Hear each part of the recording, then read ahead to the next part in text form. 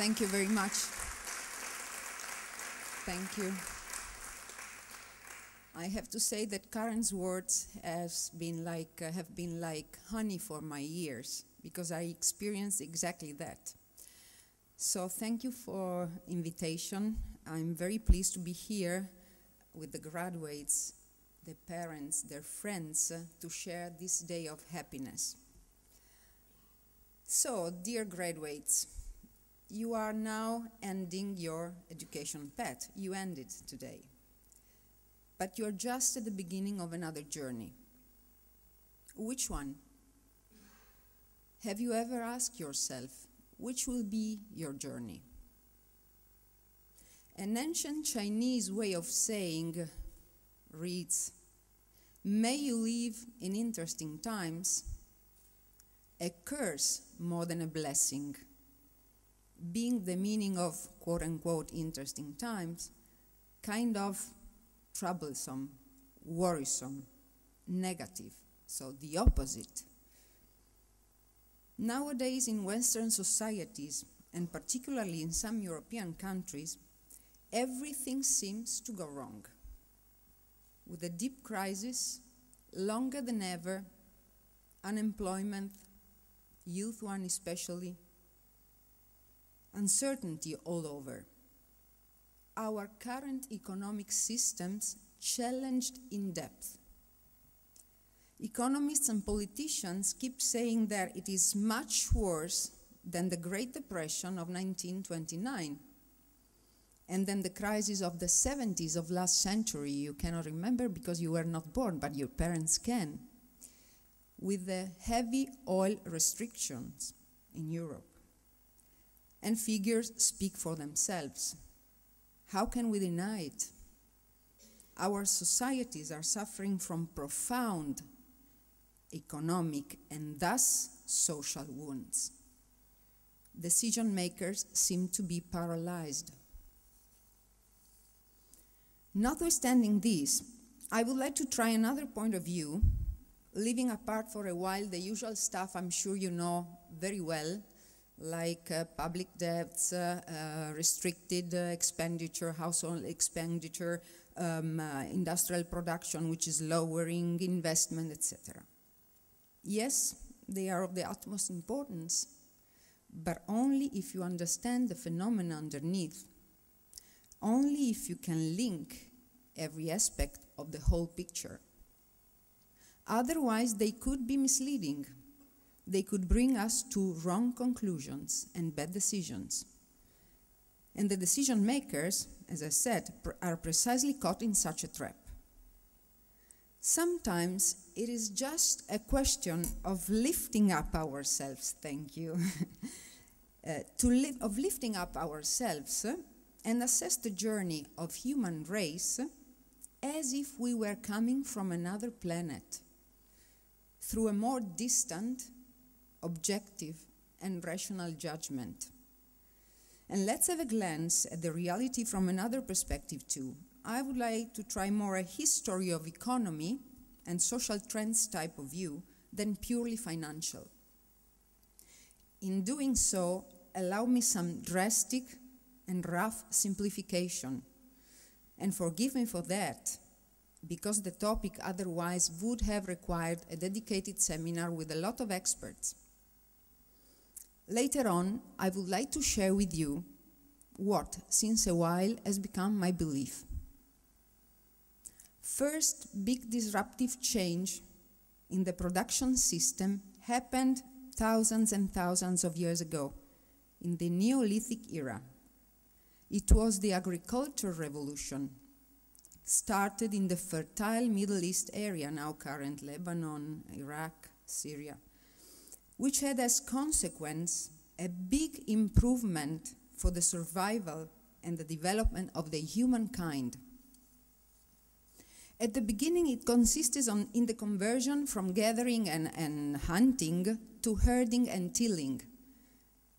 Pieces of land began to be cropped and harvested.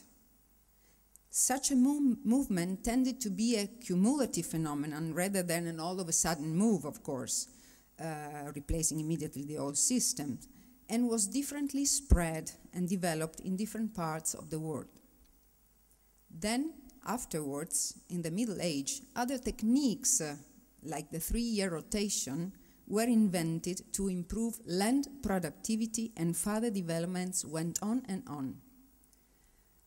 The whole social organization underwent a complete turnaround since the very beginning. A food surplus was the outcome. Nomadism decreased. The population grew. The first towns were founded, attracting a lot of people. The birth of aristocracy as the prevailing class, the class who owned the land, but also the appearance of new type of jobs, like the scribes, later on the accountants, the soldiers, the traders, and so on and so forth. Which were the causes of the agricultural revolution? New tools, for sure, like hatchets or plows, based on the first human inventions and discoveries like the wheel and the use of fire and metals, made this possible. To put it with contemporary words, thanks to innovative tools and technologies, old processes were substituted by new ones, from gathering to cropping and from hunting to herding, as I said. It was all about replacing, not simultaneously, the, so to speak, old way of doing with a more efficient and with a higher productivity one. Now let's jump to the 18th century to England, where another economic disruption took place. The increase in the agricultural productivity, again the growth of the population, the rising trade with foreign countries, and the surplus of wealth met with a phase of intense technological innovation. Inventions like steam engine and spinning jenny for the textile production made possible to implement a new system of manufacturing goods. Craftsmen were replaced by machines, since the machines could produce more goods, higher productivity, at a lower price, more efficiently. Around 1820, one worker managing 2 power loom machines could do a work that would have required 15 people if executed with hand looms. And whilst in India, to weave 100 pounds cotton, more than 100,000 working hours were needed, in Great Britain, with the new machinery, only 135 hours were required. This boosted competitiveness. Again, an economic, social turnaround. There were riots and turmoil over due to the exploitation of workers who were forced to accept lower wages. Let's not forget that in 1768, an artisan, Ned Ludd, destroyed machines used for textile production because he thought they would steal workers' job. And he became the leader of a movement named after him, which lasted after his death and was considered to be kind of against the economic progress. But nothing could stop the Industrial Revolution from spreading around and from contaminating many other countries, and this time at a much faster pace due to the accelerated speed of technology.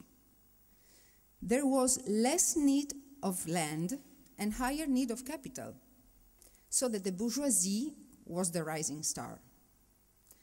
And in the end, many positive results were achieved also for the working class, with the recognitions of labor rights, better working condition, and higher salary, with prosperity for more and more people. One of the extraordinary facts in the 18th century, in the last part of the 18th century, was the increase of consumers. For the whole period, the intrinsic value of salaries went up much faster than the real product, so that the workers became also consumers. Never before in the human history such a high number of men and women could enjoy the experience of buying goods. And the so-called Second Industrial Revolution in the 19th century, with electricity, chemical products, telegraph, brought a level of prosperity in Europe never known before. The deaths due to infectious diseases constantly decreased along the period. From the Industrial Revolution onwards, the nightmares of plague, called the Black Death in Europe, and agricultural famines have completely disappeared. To sum it up, what happened again was that new technologies and tools led to innovative manufacturing processes and to economic growth. And today, what is happening today? Can we see through the blurry picture caused by the pain, sufferings, and economic and social wounds any sign, any useful indicator of something dissimilar to a cyclical crisis, something disruptive, which is able to reshape our thinking, our social organization, our economic structure in depth? Let's have a look for a moment at some megatrends. First, birth of new power centers like the Pacific region, the emerging countries, with more efficient product structure. Secondly, population growth and population structure change, aging Western societies to compete with upwardly mobile young population, rising life expectation, and mounting urbanization. In this regard, by the way, in 2007, for the first time in history, people living in cities outweighed the ones who lived in rural areas. In 2050, cities will host more than 70% of world population, according to demographic experts. Third, pressure on public expenditure and debts, together with the problem of rising resource consumption. These calls for effectiveness, efficiency, and sustainability of the system. And fourth, the most important in my opinion, digitalization and information technology, which accelerate, connect, change everything.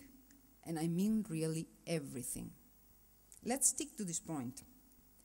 Digitalization and in general computer science were born in the 50s of last century to reach a mature phase only today. And when I say mature, I mean that they push so hard, that every aspect of our life is affected by a lot of disruptive modification due to their use. The 3D printing, something unconceivable until recently, for goods production. Virtual factories, which are replacing the old physical ones. Virtual communities who interact together, sharing, as I heard before, cooperating, working in a new modality through a self-management attitude. Paperless world and life. Domotics, technology for well-being, which, by the way, is a more comprehensive concept than old health. Information available in real time and for free. IT tools widely available for all. Enormous amount of data, big data, flowing into the net.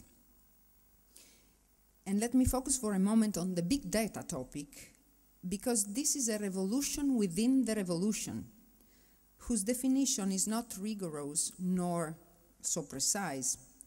The expression relates to a mounting volume of information useful to extrapolate precious indication and value for those who can find important correlations, meaning probability of something to happen. One can foresee earnings, reducing the risk at the same time. It is not about the paradigm of cause and effect as we knew it. It is the importance actually now, it is not to the why, but to the what. In fact, when Amazon offers books, the computer don't know why a client who reads Ernest Hemingway would read also Francis Scott Fitzgerald.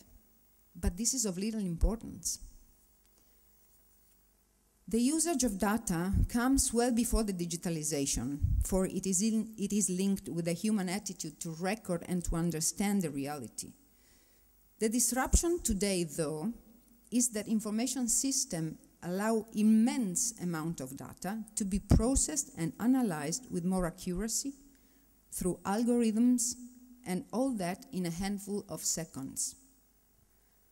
To give an idea of the huge amount of information we are gathering, I want to share with you one of my experience. I went to Boston, to the US last May, and we were together with our intermediaries, our best agents, to meet a professor, Carlo Ratti, at MIT. Carlo Ratti is an engineer and architect, founder of the Sensible City Lab. You can find also this in the internet, which is devoted to sophisticated digitalization project for communities, private as well as public. And he told us that if we consider the amount of data and information gathered through the net and recorded in the last 2 days, we end up getting a by far much higher number of information than the one gathered from the beginning of the human history until now. This is impressive, isn't it? Make us reflect. In our sector, for instance, when I mean our insurance industry, big data will transform the idea of insurance itself. Think about all the information sent by wireless modules installed on vehicles, driving time, places, distances, type of roads, when analyzed in details, allow a more proper assessment of the risk against current model that instead assess the premium rates on variables such as age, claims history, or type of car. UPS, the delivery company, which manages 60,000 vehicles in the US, in 2011 cut 48 million kilometers from the usual routes of its drivers, saving 11 million liters of oil and 30,000 tons of carbon dioxide emissions, thanks to the analysis of the big data coming from geolocation. A company can succeed if it manages big data in the proper way. Not only it will perform better than competitors, but it will strengthen its market position. The difference between the book value and the market value of companies is determined by its intangible asset. And for this reason, in my opinion, very likely and very soon, the economic and financial value of big data will be recorded in our balance sheet as well. Another phenomenon of the digital age is the strong demand for transparency, which is reshaping relationship between clients and enterprises, citizens and public sector, and also new rules on property. In many respects, capital is becoming less important today. Many things on the net are for free. The patent rights are less relevant. There are new relations between workers and companies, employees and employers. We are observing a substantial reduction in economic and productive time cycle for many things, delivering services, goods, knowledge, organizational and business models. Therefore, there is an urgent need for private and public entities to review job descriptions, competencies and organizational patterns. And there is a shift of companies' intelligence towards the ability to manage knowledge, enhance competencies, and optimize continuous training. Of course, digitalization and internet have made some jobs obsolete. This is the unbearable pain. But at the same time, there is a lot of evidence that they created, and the trend is going on, new ones. In our daily working activity, we see other roles never existed before, which are emerging. Who knows how many different types of innovative jobs will be required tomorrow? For sure, people being able to lead small, agile, flexible teams, database managers, data scientists, data analysts, visual analytic expert, skilled actuary, chief digital officers. I'm naming these on purpose because they are of great importance in insurance, whose knowledge you achieve with the highest educational standard here at MIRM. And from a customer point of view, how will the production system change? How will the tertiary sector, private as well as public, affected? Very likely, a continuous feedback from the net will drive companies' behavior. Precious concept to us, especially for insurance, like the so-called customer lifetime value, will be affected by big data too. Therefore, in order to succeed, some prerequisites are key. First, the flexibility, which means the ability to anticipate and continuously adapt. Second, simplicity, which means putting in place what is essential to business, leaving behind and getting rid of redundant activities. Customers and citizens are not willing to pay our industry inefficiencies anymore. Generally speaking, also less precise boundaries between private and professional sphere. We are living in a world where the single individuals are free to build up temporary teams, collaborate and innovate, and in which the internet sites allow them to find jobs, workers, clients, and users everywhere on Earth. Even distinction between East and West, as we have experienced it, is fading. And both in private and in public enterprises, oligarchic, top-down structure will be over. More and more ideas exchange will lead to further innovation. Intelligence tends now to be an inclusive concept, collective concept. Innovations and rules will rise from the bottom, and big enterprises will survive if and only if they transform and develop themselves from bottom upwards. Somebody has called it cooperative capitalism, in which the motivation of workers, their desire to participate in a common effort, and the need to recognize themselves and be recognized in the community's needs are the ingredients of an economy based on people relationships and brains, minds, connections. The creativity of the individuals and the development of an undertaking represent the key success factors for advanced company, where there is an ongoing interaction, never-ending interaction among managers, employees, and consumers in a kind of what I call virtuous cycle. The client is not seen as a passive user of products and services, but as a creator of his own rights. We call this phenomenon mass customization, or the segment of one. In such an environment, there is a high degree of participation of all the individuals. Sharing practice make all the others more intelligent. When enterprises adopt the disruption, they do all things in new ways. But when they interiorize it, they go to the next level because they start the next disruption. At Allianz Italy, we have put in place a huge change management project, which has been running for almost 4 years, whose aim is to stimulate and mobilize the energy of all employees on innovation and digital thinking.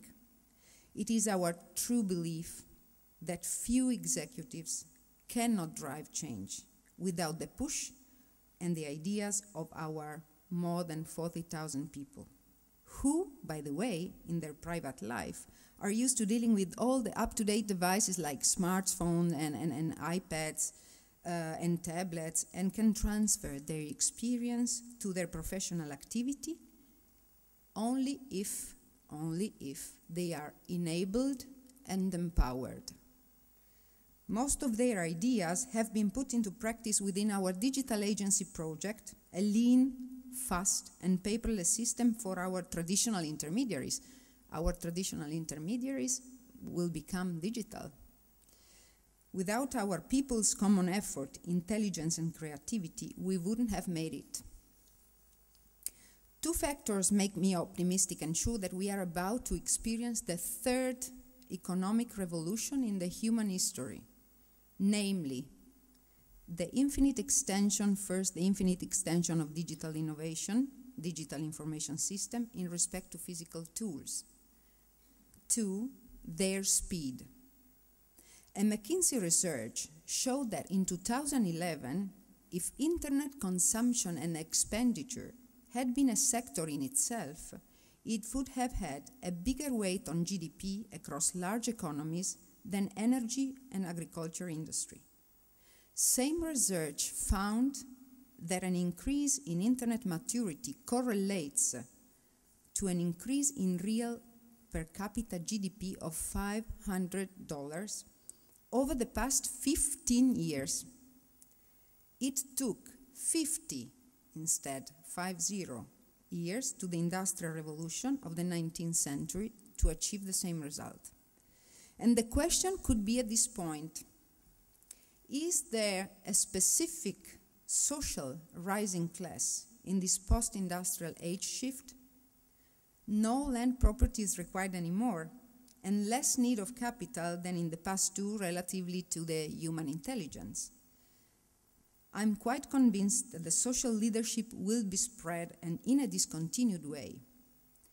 And in this very moment, the new generation, you, have an advantage, being born almost, if not all, digital, understanding the reality much faster and adapting to change more quickly. Very often, actually, you are not aligned with current patterns, like working standards, regulations, rigidity, privacy topics, to name a few. It seems to be your call more than ever. Now coming to the conclusion. New underlying economic structure is coming very fast to the surface, pushing hard and hard to replace the old one. It is a question of when, not if. Disruption and change always come too quickly for those who don't expect it, too slowly for the one who do. And as we said, in history, all the transition phases have been pretty delicate, troublesome. What we are experiencing now is precisely this. But with one foot, we already entered the new era. Thus, we are forced to reconsider all our theories under an unusual light. John Maynard Keynes, addressing once a politician who was confronting him on his theory because it clashed against the orthodox economic doctrine, said, "When the facts change, I change my mind. What do you do, sir?" And I want to leave you with a, so to say, new revised edition of the ancient Chinese way of saying, by interpreting it as a blessing, not as a curse. May you guys live in interesting time, because now they are really, truly very interesting indeed. Thank you and all the best for your career.